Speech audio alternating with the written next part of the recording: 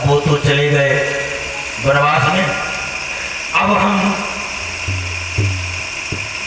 बेरोजगार हो गए, तो आपके पास आशा से आया हूँ। तो धर्मराज का नाम सुनते विराट ने कहा कि अरे महाराज पंडित जी, ये धर्मराज का ही घर है, जो बनियाए प्रेम से करो, आराम से रहो, और कुछ पंडिताई के अलावा और कुछ जानते हो? हाँ, कहा पासा खेलना बहुत अच्छा जानते हैं। पासा अब नहीं छूटो, क्षमता था हो गई, लेकिन हाँ चोर चाहे चोरी चलो जाए, लेकिन वो हेरा फेरी नहीं है। हाँ, वो एक चोर था किसी गांव में, अब जो उनको बढ़ोतरी आएगी तो उन्हें कि न वो एक महात्मा बन जाए, ये वो महात्मा बनिए, गोटा गोटी चा दिया तो बनिए महात्मा। अब वो ये आश्रम में जहमा रहा है। अब चोर वाली चोरी करते रहे वो, अब उन्हें रात में नींदे ना बिना चोरी करे, तो उन्हें चोरी हुई है महात्मा, चोरी कैसे कर, लेकिन रात में उनको नींद ना आए, तो उन्हें कहा करी वो रुको, चोरी ना है, कुछ तकलीफ हुई तो नींद गई थी। अब तो वो उठे रात में, और उसका कमंडल उस महात्मा जोड़ा, उसकी गौमुखी उसकी जोड़ा, उसका चंद्र डिब्बा उसकी जोड़ा, उसकी माला उसकी जोड़ा, दूसरा से करके सवेरे जब वो महात्मा उठे, वही की माला उसके झोरा में करे, लोगों कमंडल उसके झोरा में। अब उन महात्मा चटा कमंडल आपस में लड़े, उनकी लड़ाई हो रोज देवी। तो महंत ने कहा कि महात्मा अभी तक तो लड़ते नहीं थे, लड़ाई में रोज चटाचट हो रहा, क्यों, क्या होता है? तो कोई कहे मैं नहीं करता, वो कहे चोरी ना करके कमंडल निकलोगे से हमारा द्वारा, कोई बात नहीं, आराम से रहिए महाराज जी। अब तो धर्मराज का ठिकाना लग गया। अब धर्मराज के बाद में नंबर भीम का, अब मोटो ताजो आदमी कितने होते हैं सकुड़े। अब ये सकुड़े सकुड़ाए पहुंचे राजा विराट के दरबार, कि पल भर पीछे ही वहां, कि पल भर पीछे ही वहां पहुंचा गोपाल धाम। वो आहार निहार कर सहम गया दरबार। जैसे भीम पहुंचे, सारा दरबार भीम देख डराई, काहे एक तो मोटो तगड़ो आदमी देख के सब छटपटाई गए, कि सब समझ गए अब गड़बड़ है, झगड़ा मचने में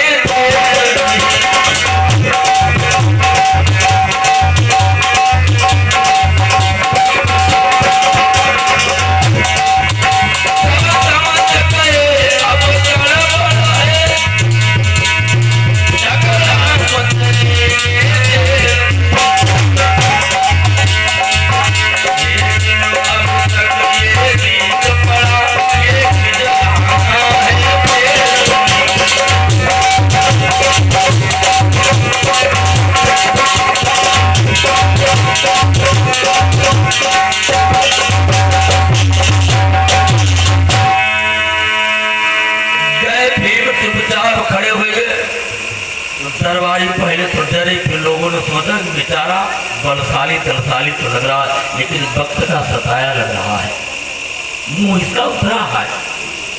राजा विराट ने उस मौन को तोड़ा। राजा विराट ने भीम से कहा कि पूछा नृपति विराट ने, हो भाई तुम कौन, नाम ग्राम कुछ तो कहो, खड़े हुए क्यों मौन। राजा विराट ने भीम से कहा कौन हो भैया, कहाँ से आए हो, क्या नाम है तुम्हारा, कुछ तो बताओ, चुपचाप क्यों खड़े। तो भीम धीरे से कही रहा तब रहा अब का परिचय दिया भीम ने। भीम ने कहा महाराज हमारा नाम है जयंत, मैं धर्मराज के भंडारे में काम करता था, लेकिन उनके ऊपर वनवास आ गया, रोटी की मोहताजी आ गई। धर्मराज ने आपका नाम बताया था तो मैं आपके पास आया हूं। राजा विराट ने कहा कोई बात नहीं, तुम भी हमारे अंग के समान हो, और जितने भोजन भंडारे में नौकर चाकर हैं उनके सबके ऊपर तुम्हें मॉनिटर बनाया जा रहा है। जीवन के देवता चाहता ही नहीं। अब भंडारा के मॉनिटर आमा झोर रबड़ी बनाओ, आमा झोर रबड़ी भौंको, मॉनिटर हो गए। भीम का ठिकाना लग गया। अज्ञातवास का समय जैसे प्रारंभ हुआ, उर्वशी नाम की अप्सरा का श्राप है कि अर्जुन 1 वर्ष के लिए तुम हिजड़ा हो जाओगे। और जैसे अज्ञातवास प्रारंभ हुआ, अर्जुन हिजड़ा हुई। आज हिजड़े के वेश में राजा विराट के दरबार में अर्जुन गए और कहने लगे कि राजन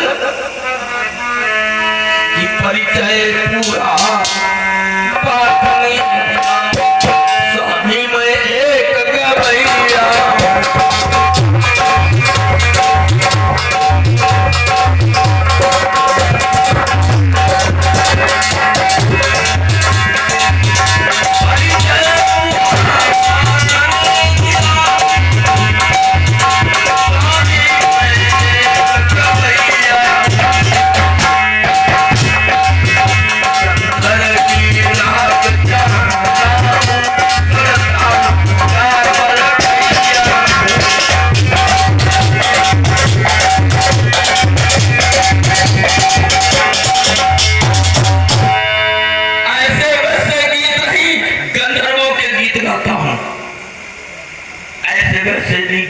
गंधर्वों के साथ में जाता हूँ। दुनिया का ऐसा साल नहीं है जो ये ब्राह्मण न बजा ले। विराट की सभा में शास्त्रीय संगीत कला का हम प्रदर्शन करते थे, वो तो वनवास को चले गए। अब हम आए हैं आपके पास, आपकी इच्छा हो तो जरा 2-4 हाथ दिखाए। तो राजा विराट ने कहा कि ब्राह्मण बोले सब प्रबंध होगा, भैया जीविका तुम्हारी को जाओ रागिनी सिखा दो, प्यारी पुत्रा दुरारी को।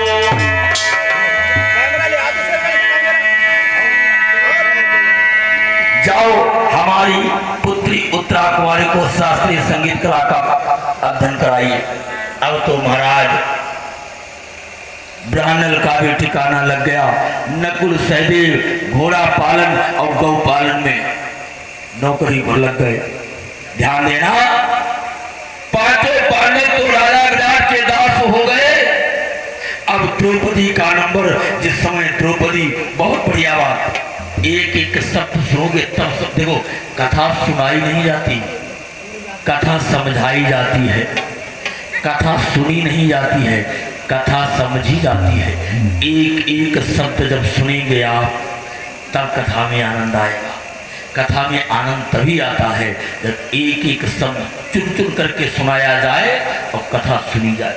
वही कथा है जो वक्ता कथा सुना के जाए और छोटे बच्चे से लेकर के वृद्ध तक बिल्कुल सबके समझ में आवे, और सुनने वाला भी एक शब्द बड़े ध्यान से सुने। बोल गोविंद भगवान की।